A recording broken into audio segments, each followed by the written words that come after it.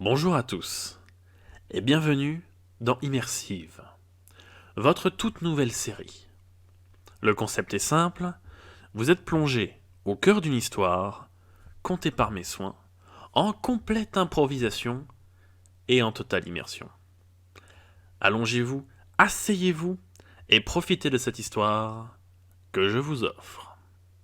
Vous êtes militaire. Plus précisément, vous avez intégré la marine il y a de cela quelques années. Vous revenez d'une mission de 6 mois en mer. Une mission qui a été très éprouvante pour l'ensemble de l'équipage, autant la partie marine que la partie aviation. La journée d'hier a été marquée d'une pierre noire. Effectivement, un drame s'est produit. Le porte-avions a été pris dans une tempête. Une tempête qu'on qualifierait de tempête du siècle. À un tel point que même la puissante coque a été ébranlée. Le navire a été soumis à de longs tumultes. Malheureusement, il y avait des gens qui travaillaient à l'extérieur ce jour-là. Vous savez ce que c'est en mer. Une tempête peut venir très rapidement, sans crier gare. Effectivement, les instruments du navire n'avaient pas bronché et n'avaient pas prévenu de l'arrivée de cette tempête. Vous le savez puisque vous avez un de vos amis qui est au service météorologique de la tour de contrôle. Et donc, le drame qui a frappé l'équipage est la perte de 2 hommes. 2 hommes sont passés par-dessus bord. Malgré la tempête, certaines personnes ont quand même tenté de les retrouver, vous y compris. Vous avez passé de longues heures balayant votre torche dans la nuit et dans la houle afin de voir un signe de vie de leur part. Malheureusement, vous ne retrouverez jamais. Et même l'équipe de sauvetage avec l'hélicoptère est revenue bredouille le lendemain. Les 2 hommes sont donc perdus et considérés comme décédés. Vous avez été très affecté par cette disparition. Et c'est en fin de soirée que vous vous accordez une petite balade sur le pont du porte-avions. Vous vous adossez à l'une des nombreuses rambardes et vous contemplez la mer. Vous êtes posté à l'arrière du bâtiment.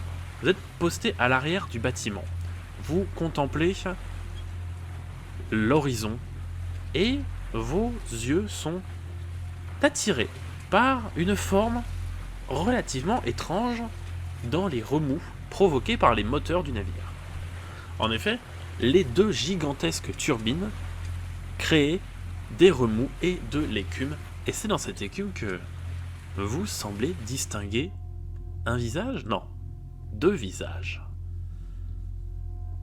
Au début, vous pensez que c'est une simple pareidolie, un phénomène impactant le cerveau qui fait apparaître des visages là où il n'y en a pas. Vous secouez donc la tête, pensant que vous êtes quelque peu fatigué et impacté de ce qui s'est passé les jours d'avant. Vous secouez donc la tête et reposez vos yeux au même endroit. Et alors, les visages sont encore là. Jouant le jeu de votre cerveau, vous plissez le regard afin de discerner quels visages apparaissent dans l'écume. Et c'est presque horrifié que vous distinguez les 2 visages des hommes disparus en mer. Vous le savez puisque au moment d'envoyer l'équipe de sauvetage, des signalements de ces 2 personnes, donc la photo de ces 2 marins, avait été transmise à tout l'équipage. Vous, en tant que poste radio, vous avez eu à transmettre ces visages et donc vous les connaissez bien. Pensant que c'est une simple coïncidence et pensant que ça vous a grandement affecté, vous quittez le pont du porte-avions afin de regagner vos quartiers. C'est en pleine nuit, alors que la mer est d'huile et calme, il y a l'un de vos colocataires qui déboule dans votre chambre en vous secouant. Vous vous réveillez, ne comprenant pas bien ce qui se passe, et il y a votre collègue qui vous dit Viens, faut que tu viennes voir absolument. J'ai vu quelque chose, faut que tu viennes voir absolument. Vous émergez difficilement de votre sommeil et vous le suivez tel un mort-vivant. Il vous emmène donc sur le pont et il vous emmène à l'endroit où vous aviez aperçu les visages. Il se penche et vous dit regarde, regarde, ils sont là, ils sont en bas. Les disparus, ils sont là. Vous reposez l'œil à l'endroit où vous aviez regardé quelques heures plus tôt, et pensant encore être dans les bras de Morphée, pensant que c'est un rêve, vous apercevez à nouveau les deux visages. Pensant que c'est impossible, car l'écume bouge puisque le navire est en mouvement. Les gigantesques turbines devraient normalement balayer cette pareidolie. Le problème, c'est qu'elles restent là, présentes, immuables, et qu'elles suivent le navire. Votre collègue vous demande quoi faire, mais vous ne savez pas bien quoi faire. Si vous allez voir vos supérieurs en vous leur disant que des visages d'écume vous suivent, ils ne vous prendront jamais au sérieux. Tournant même peut-être cela à l'outrage, pensant que vous vous moquez d'eux. Vous essayez donc de rassurer votre collègue en lui disant que vous êtes juste trop fatigué, que le poids de cette mission et le poids des événements des derniers jours est trop lourd pour vous. Vous décidez donc de retourner en direction de vos quartiers car vous n'avez pas spécialement le droit de vous trouver sur le pont du navire à cette heure-là. Cependant, là où il y a quelques heures il faisait un grand soleil, les nuages se sont levés et la pluie commence à battre sur le pont du navire. Entre deux éclairs, vous entendez comme des bruits. Quelque chose frappe contre la coque du porte-avions. Vous êtes encore assez proche du bord pour l'entendre. Vous décidez donc de vous approcher doucement, lentement, afin de voir ce qu'il se passe et également d'être prudent, car l'eau a lubrifié le pont et glisser ne serait pas étonnant par un tel temps. Vous arrivez au bord de l'eau et vous constatez que les visages ont disparu. Vous vous dites que c'est bon, ça y est, j'ai émergé de mon cauchemar. Cependant, le véritable cauchemar était un peu plus proche. Vous vous penchez un peu plus et vous constatez qu'il y a deux formes qui semblent escalader la coque. Deux créatures humanoïdes couverts d'écume, couverts d'algues, avancent vers vous.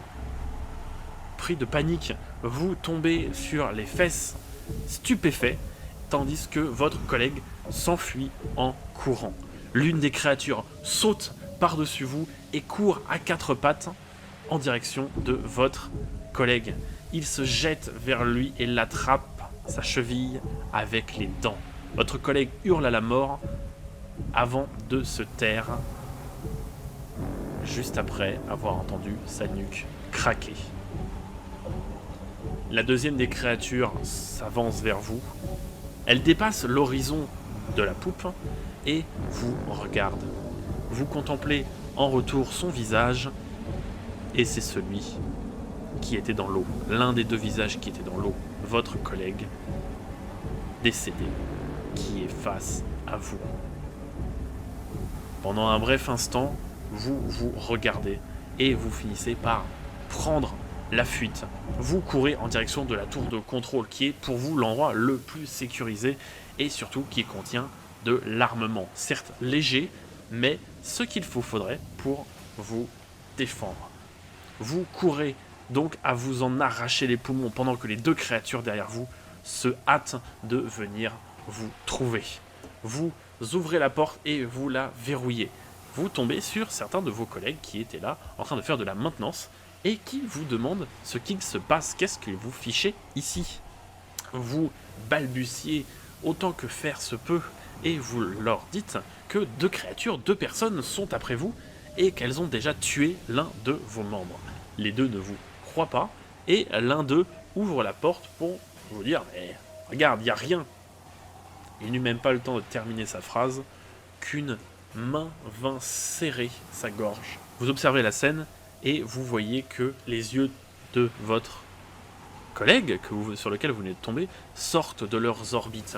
Sa peau devient bleu-verte et des algues commencent à sortir de son corps. Des morceaux de coquilles semblent pousser sur sa peau et il se retourne vers vous. Vous prenez le pas sur le deuxième technicien, vous montez les escaliers, paniqué, et vous arrivez enfin en haut de la tour de contrôle. Vous refermez la trappe et vous vous jetez sur votre poste de travail pour pouvoir appeler à l'aide, pour pouvoir déjà passer le message au reste du navire. Hélas, la tempête battante, les ondes ne passent pas. Vous ne parvenez pas à envoyer un message. Les créatures tambourinent à la porte et votre collègue, le technicien, commence à paniquer. Il tombe sur une boîte de flair et sans arme. Dans le cas où les créatures arriveraient, il tenterait de les brûler avec ou de les enfumer, afin de vous permettre de vous échapper. Le plan est celui-ci. Vous vous placez donc derrière la trappe et vous l'ouvrez d'un coup. Les créatures sortent, les 3 créatures sortent, et votre collègue, le technicien, jette un flair dessus, les enfumant, et vous voyez que les algues, certaines commencent même à brûler au contact. Il en jette 2, 3, 4, et vous prenez le pas pour descendre le long de l'échelle. Cependant, vous entendez le technicien hurler. Malheureusement, les créatures l'ont eu. Vous courez à l'envers, vous courez dans les escaliers, vous sortez à nouveau sur le pont, avant de découvrir tout votre régiment transformé par ces créatures. Il y en a peut-être une vingtaine, peut-être une trentaine, et toutes vous courent dessus.